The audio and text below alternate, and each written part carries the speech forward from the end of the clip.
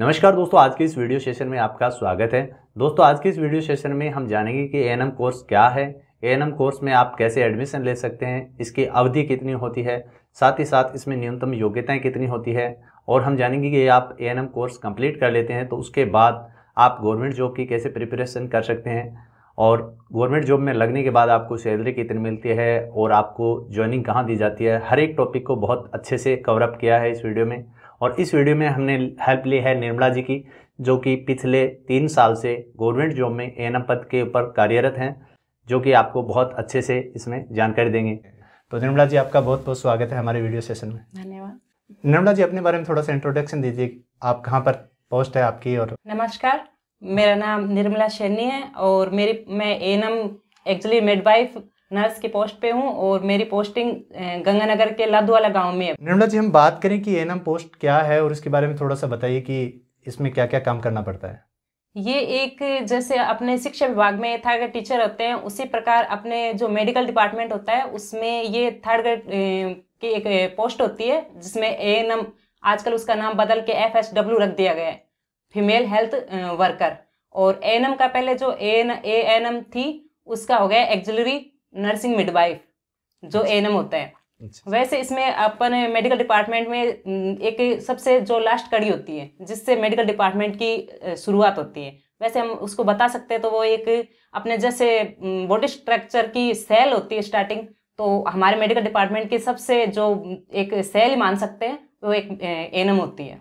अच्छा निर्मला जी, हम बात करें कि एएनएम कोर्स कितने साल का होता है तो इसके बारे में थोड़ा सा बताइए। वैसे पहले ये एक साल 6 माह का होता था, लेकिन आजकल इसकी थोड़ा सा जो समय बढ़ा दिया गया है, जो अब इसको 2 साल का कर दिया गया है। 1 साल 6 माह का इसमें थ्योरिकली जो पीरियड चलता है वो होता है और 6 माह की इंटर्नशिप होती है, जो कि हॉस्पिटल में अपन को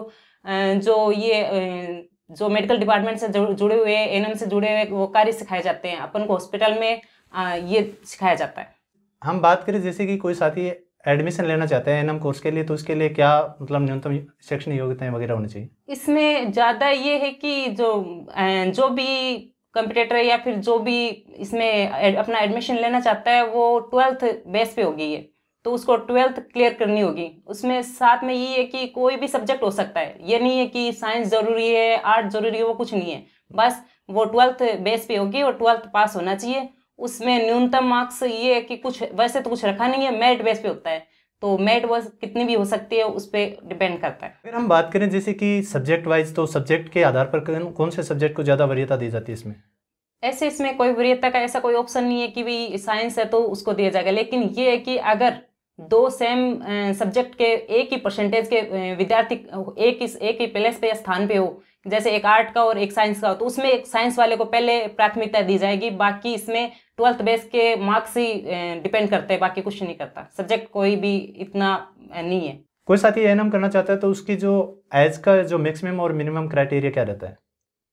कोई भी जो साथी अगर एएनएम करना चाहेगा तो उसकी मिनिमम 17 साल जब फॉर्म भर रहा हो उस टाइम पूरी होनी चाहिए, और मैक्सिमम उसकी जब हम फॉर्म लगा रहे हैं उस टाइम 40 साल होनी चाहिए। बाकी जो आरक्षण है उनको वो मिलेगा, यानी कि जो कैटेगरी वाइज है वो आरक्षण के आधार पर वो आरक्षण मिल सकता है। हाँ, छूट मिलती है। इसके अलावा बस यही है 17 और 40। एक कैंडिडेट जब एएनएम कोर्स कंप्लीट कर लेता है तो उसके बाद जब गवर्नमेंट जॉब में लगना चाहता है तो उसके लिए उसकी जो सिलेक्शन की प्रोसेस रहती है वो क्या रहती है? इसमें पहले तो ये होना है कि सरकार की तरफ से कोई वैकेंसी अगर आ चुकी है तो हमें वो विज्ञप्ति के अनुसार हमें फॉर्म फिल करना पड़ेगा। उसके अनुसार अगर उसमें हमारे राजस्थान में ये पहले मेरिट बेस पे रहता था कि जो एएनएम और 12th के जो मार्क्स होते हैं उनका दोनों का वेटेज निकाला जाता था, उसके आधार पर हमारी जो है पोस्टिंग होती थी। लेकिन अब इस 2023 से ये कर रखा है कि रिटन एग्जाम होगा, तो उसमें सबसे पहले अगर फॉर्म फिल कर रखा है तो उसमें यही आएगा कि रिटन होगा कि मेरिट बेस होगा। अगर रिटन होगा तो हमें अपने डॉक्यूमेंट लगाने होंगे और बस रिटन एग्जाम की तैयारी करनी होगी। अगर मेरिट बेस है तो उसमें हमारे 10th और 12th दोनों के मार्क्स हमें लगाने होंगे, जिसमें वेटेज के अनुसार हमारा सिलेक्शन हो सकता है, हो जाएगा। निर्मला जी, हम बात करें जैसे कि कोई साथी तैयारी कर रहा है कंपटीशन एग्जाम की एएनएम के लिए, तो उसमें कोचिंग का और जो सेल्फ स्टडी का कितना रोल रहता है उसमें? इसमें ये कि अगर जो साथी पहले से एएनएम जो कोर्स कर रहा था उस टाइम उसके पास नोट्स बने हुए हैं, क्योंकि उसमें क्लासेज में हमें वो सारा बता दिया जाता है जो हमारे रिटन एग्जाम में होगा। लगभग वही सेम कोर्स प्रोसेस जो भी है कोर्स चलता है। तो अगर उन्होंने नोट्स बनाए हैं या फिर उन्होंने क्लास अटेंड की है तो हमें कोई कोचिंग की ज़रूरत नहीं पड़ती, सिर्फ उन्हें एक बार अपने रिपीट करना होता है, उन्हें एक बार रिवाइज करना होता है। ठीक है। इसके अलावा अगर कोई साथी को कुछ क्लास में समझ नहीं आया होगा या उन्होंने नोट्स नहीं बनाए होंगे तो वो कोई बाजार में बुक मिलती है आजकल, तो बुक ला के पढ़ सकता है। अगर कोचिंग आजकल ऐसा तो नहीं है कि भाई हर चीज़ की कोचिंग चल रही है तो कोचिंग इसकी भी चल रही है, करवा रहे हैं, तो वो अगर करना चाहे तो कर सकता है। बाकी वो है कि मैटर यही करता है कि उन्होंने क्लास ली है, उनके पास अपने खुद के नोट्स हैं, तो वो उससे हो जाता है कवर। एक कैंडिडेट का जब सिलेक्शन हो जाता है तो उसके बाद प्रोबेशन पीरियड कितना रहता है और उसमें जब वो सैलरी मिलती है वो कितनी मिलती है? किसी भी कैंडिडेट का सिलेक्शन एएनएम में हो जाता है तो उसके प्रोबेशन 2 साल का प्रोबेशन पीरियड चलता है, उसमें उसकी सैलरी 18,500 फिक्स रहती है।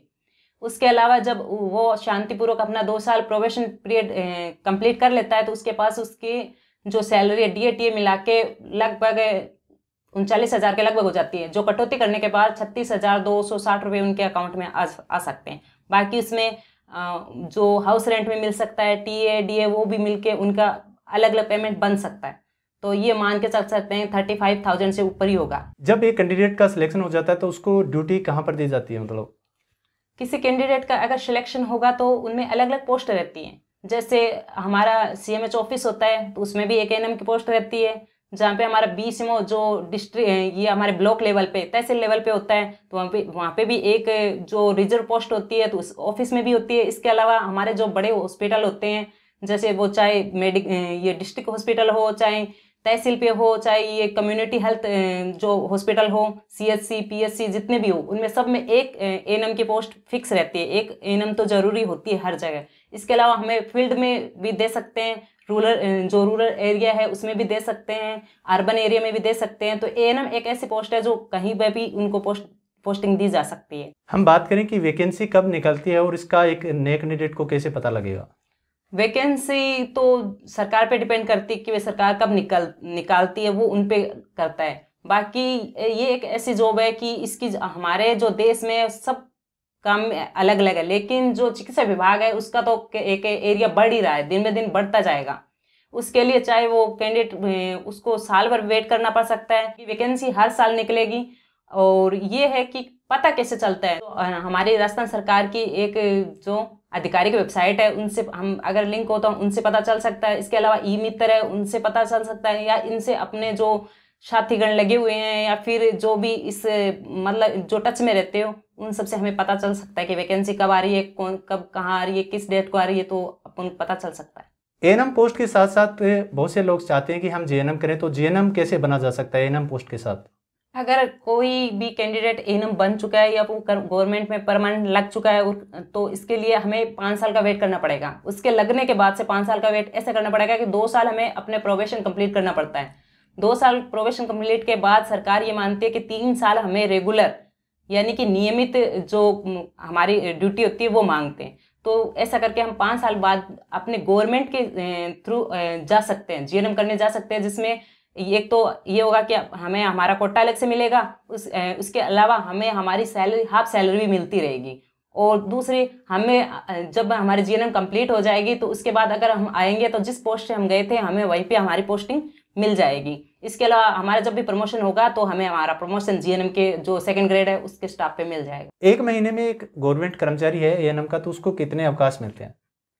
हमें जो गवर्नमेंट कर्मचारी है उनको जो ऑफिस में रहते हैं उनका अलग होता है, क्योंकि उनका सैटरडे संडे ऑफ रहता है, क्योंकि सैटरडे संडे ऑफिस बंद रहती है। इसके अलावा जैसे जो फील्ड वर्कर है जो रूरल एरिया में कार्यरत है उनको जितनी भी गवर्नमेंट हॉलीडे होती है वो सब मिलती है, संडे भी मिलता है। इसके अलावा जो छुट्टियां होती है अपनी सरकार गवर्नमेंट देती है उसके हिसाब से सारी मिलती है। लेकिन अगर कोई डिस्ट्रिक्ट हॉस्पिटल में है या CHC पे है तो उनको उनके हिसाब से डे ऑफ जो सप्ताह एक दिन मिलता है वो उनको उनके हिसाब से अरेंजमेंट कर दिया जाता है। तो इसके हिसाब से हमें सारी छुट्टियां लगभग मिल जाती है। इसके अलावा जो CL सभी को जो गवर्नमेंट एम्प्लॉय उनको मिलती है 15 CL साल की हमें मिल जाती है, PL मिल जाती है, मेडिकल लीव भी मिलती है। तो वो सारी हमें जो सरकार के द्वारा दी होती है वो सारी मिल जाती है। ANM के जो कर्मचारी हैं उनका जो हेल्थ इंश्योरेंस है उसका कवरेज सरकार कितना करती है? मतलब आजकल तो RJHS चल रही है, उसके हिसाब से हमें सारा कवर सरकार दे रही है, सभी को दे रही है। तो जितना भी ANM हो चाहे कोई भी गवर्नमेंट कर्मचारी, उनको सरकार पूरा हेल्थ इंश्योरेंस दे रही है। इसके अलावा ये इंश्योरेंस हमें अपने इंडिया में भी मिलता है। जिन जिन हमारे जो स्टेट है उनमें जो RJHS स्कीम चल रही है, तो हमें उनका लाभ वहीं पे भी मिल रहा है। निर्मला जी, पब्लिक सेक्टर का वर्क है और इसमें हर प्रकार के लोग आते हैं, तो आप कैसे इस वर्क को हैंडल करते हैं, ANM वर्क को? जैसे देखिए, हमारा एक प्रोफेशन ऐसा है कि इसमें हमें हर तरीके के इंसान मिलते हैं, कोई कैसा भी मिलते, लेकिन हमारे जो डिपार्टमेंट का ये ध्येय रहता है, ये ध्येय वाक्य है कि जो भी आए उसको एकदम सौम्य नम्रता व्यवहार से हमें करना पड़ता है।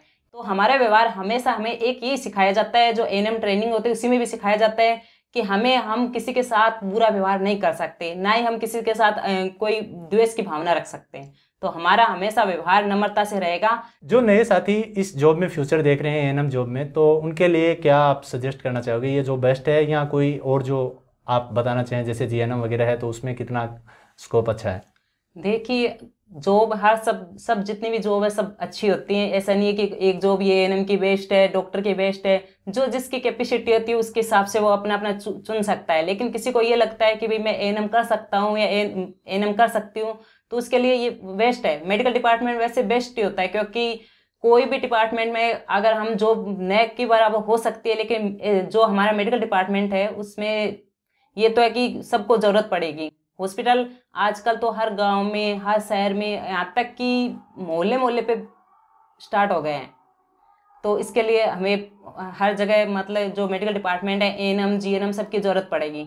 तो जो जिस हिसाब से अपनी तैयारी कर सकता है वो उस हिसाब से अपनी तैयारी कर सकता है। आपकी ओर से इस जॉब के लिए कोई सुझाव जो आप देना चाहते हैं, क्योंकि बहुत से साथी हैं जो कंपटीशन की अभी तैयारी कर रहे हैं? तो देखिए, आजकल हर डिपार्टमेंट में कंपटीशन तो बहुत ज़्यादा है।